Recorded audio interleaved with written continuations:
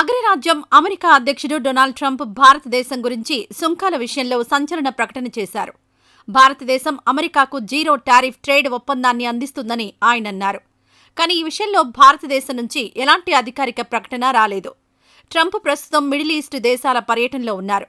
ఈ క్రమంలో ఖతార్ రాజధాని దోహాలో వ్యాపారవేత్తల ప్రతినిధి బృందంతో జరిగిన చర్చలో ఈ విషయాన్ని తెలిపారు. అమెరికా వస్తువులపై సుంకాలను తొలగించడానికి భారతదేశం ముందుకొచ్చిందని ట్రంప్ అన్నారు. ఈ క్రమంలో భారతదేశంలో ఏదైనా అమ్మడం చాలా కష్టమని ట్రంప్ అభిప్రాయం వ్యక్తం చేశారు. అమెరికా సుంకాలపై పలు దేశాలతో ఉద్రిక్తతలు ఉన్న నేపథ్యంలో ట్రంప్ ఈ వ్యాఖ్యలు చేయడం ప్రస్తుతం చర్చనీయాంశంగా మారింది. గత కొన్ని సంవత్సరాలుగా యాపిల్ భారతదేశంలో తన తయారీ సామర్థ్యాన్ని క్రమంగా విస్తరిస్తోంది. ఆ కంపెనీ ఫాక్స్కాన్, విస్ట్రాన్ వంటి తయారీదారుల ద్వారా దేశంలో ఐఫోన్లను తయారు చేస్తోంది. ఈ ప్రయత్నాలు ఎలక్ట్రానిక్స్లో మరిన్ని విదేశీ పెట్టుబడులను ఆకర్షించడం, దిగుమతులపై ఆధారపడ్డాన్ని తగ్గిస్తుంది. కానీ ట్రంప్ తాజా ప్రకటనలు దీనిపై సంక్షోభం ఏర్పడేలా చేస్తున్నాయి.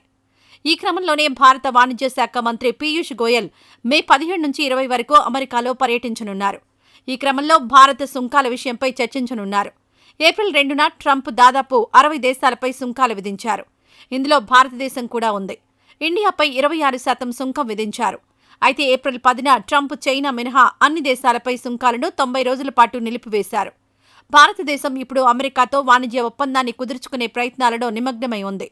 ఈ సుంకాల వివాదం అలాగే కొనసాగితే వాణిజ్య యుద్ధం వచ్చే ఛాన్స్ ఉంది. ఈ వీడియో నచ్చితే లైక్ చేయండి. అలాగే మా ఛానల్ని ఫస్ట్ టైం కనుక చూస్తున్నట్టయితే ఇప్పుడే సబ్స్క్రైబ్ చేసుకుని పక్కనే ఉన్న గంట సింబల్ ని యాక్టివేట్ చేసుకోండి. అప్పుడే మేము పెట్టే ప్రతి వీడియో మీకు నోటిఫికేషన్ గా వస్తుంది. అలాగే ఈ వీడియో పూర్తిగా చూసినందుకు ధన్యవాదాలు.